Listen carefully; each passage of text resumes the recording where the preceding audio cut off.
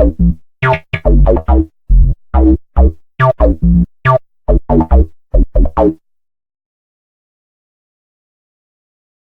I want to talk about the red flag laws in all the various states, including Colorado, and that's one of the reasons we're trying to recall Polis. I'm definitely active in that effort. I think any state that has this unconstitutional law in it, they should try to do something to undo that, because it's an unconstitutional law, and what that means, some of you might want to poo-poo that if you're on the left, but what it means is certain people feel very strongly about following the Constitution. I am to be one of those. And what happens when you are asking law enforcement to violate that Constitution and come up onto someone's property and attempt to remove their property from them, such as their guns, that creates a problem. That creates a person who feels he's under attack by an enemy, not a person who thinks they are outside the law. See, the people who are upholding the Constitution feel they are right, and that these red flag laws are illegal. And in a lot of places, the police agree and refuse to enforce those. But I'll leave that up to you to look for those stories. It's happening in one of our counties here in Colorado. You can look that up. That they've all refused to even discuss enforcing red flag laws. They are not going to go take somebody's guns because some other person said they're dangerous, and a judge believed them. That's just not how it works. And then forever this guy has to try to prove that he's no longer a threat to get his guns back, when it hasn't even been proved that is a threat in the first place. The only thing that's been done is convinced a judge. And hey, if you're having a good moment, you can convince a judge of anything, right? They say you can indict a ham sandwich. Yeah, that's because a judge agrees. But anyhow, why don't we go through the states? There's 17 states that currently have a red flag law enacted and in place. That would be Washington, Oregon, California, Nevada, Colorado, Hawaii, Florida, Indiana, Illinois, Missouri, New Jersey, New York, Delaware, Connecticut, Rhode Island, Maryland, and Vermont. There's also 6 other states that have red flag bills proposed. I'm not sure about their status or where it's supposed to come out. But these states are Alabama, North Carolina, Ohio, Pennsylvania, Michigan, and New Hampshire. Okay? Those are all the 6 states that have bills proposed. And I'm not sure what the expected outcome of those bills is going to be. But that's what we got there. You know, and a little bit more about the laws and maybe some of the things they didn't think about. What if a person really does have some kind of a mental capacity problem, a problem of depression, or maybe even bipolar? That person, you would expect, would want to get help. Well, if that person happens to be a gun owner, there's almost, this law would guarantee almost there's no way that that person would go and get help if it means giving up their right to own guns until they can prove at some later date that they don't need help anymore. This is a real big problem with people who have guns and mental health issues that are not being flagged by people. These people would be afraid to go get help on their own.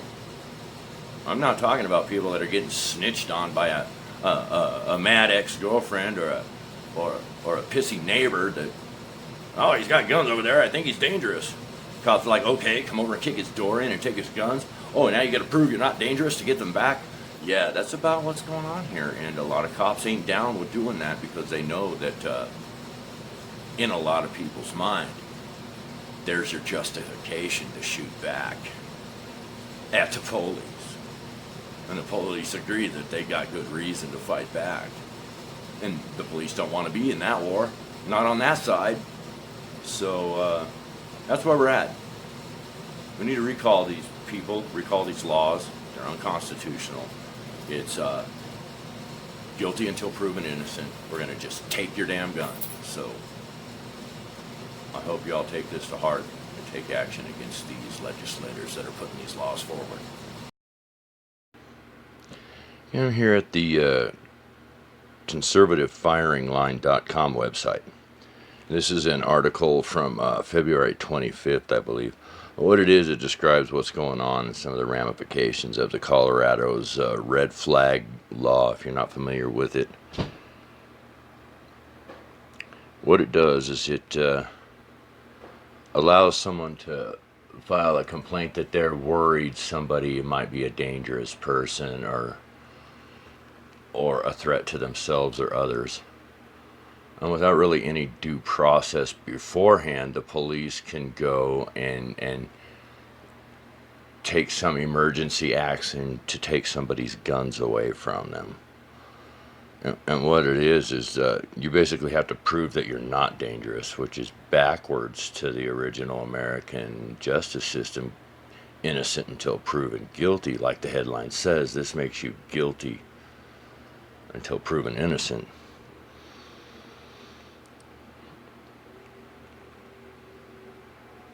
But, previously the bill failed. Democrats call it a common sense bill. Gun owners call it a violation of due process, and I believe that's what it is too. That's part of the reason why we're trying to recall Polis. Because since this article was written, it has been signed into law. It goes into effect. Not really sure. I think it did July 1st or something. See, the House Judiciary passed it.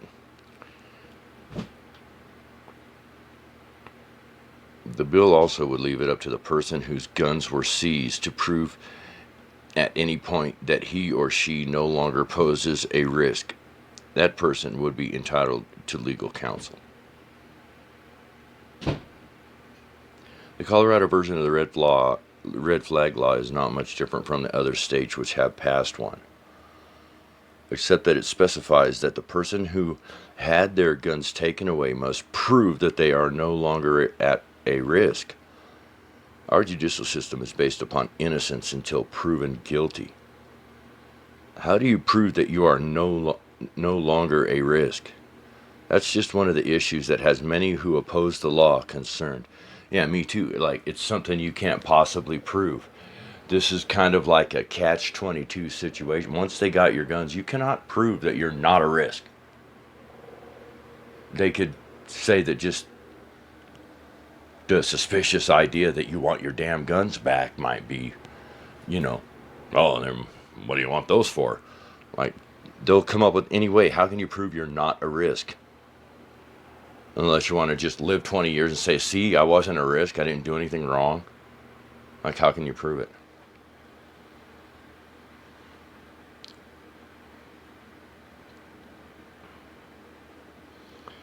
So, House Minority Leader Patrick Neville, a survivor of the 1999 Columbine High School massacre, says the bill would discourage citizens from seeking help because of the stigma associated with mental illness. Yeah, that's one of the things I have a real big problem with. Because if you have any kind of a problem that the medical or psychological community has deemed to be prone to being a risk to yourself or others, like bipolar or depression or any sort of other disorders, like with addictions and stuff like that. So if you're being treated for any of these weird things, even like, borderline, any of those things, then it's easy for them to just take that diagnosis and say you're not allowed to have guns. Or if you're on certain prescriptions, it says right there in the insert that you would be dangerous. So, I mean, they have all kinds of dumb excuses to take your guns. So why would you want to risk having your rights taken away? You know? So a lot of people don't get help. Yeah, no one should feel they have to choose between their guns and getting help they need. I'm saddened that our beautiful state is moving away from due process, said John Anderson, a retired commander of the Castle Rock Police Department and 20-year veteran of SWAT teams. The bill, he said, presumes that the accused is guilty until proven innocent and will create dangerous situations when officers try to confiscate firearms. You have now signed out one class of citizens in Colorado, and that is gun owners. And you will be challenged in court, said Dudley Brown, executive director of the advocacy group Rocky Mountain Gun Owners. Yep, it's one of the places where I'm a member myself. So there you go. That did pass, did go into effect. It's the law of the Colorado land right now. So that's all I had on that law. Part of the reason I wanted to recall Polis. So go check out this website if you want to support them. Hey, here we are again in beautiful Arvada, Colorado. Happy to report it's not 100 degrees today, but it's a lot busier than the last time we were here. We're on the recall Jared Polis petition signing, and I'm hoping to get a few interviews. Maybe a few interesting people might want to tell me why they're signing the petition and why they would want to recall Jared Polis. So stay tuned.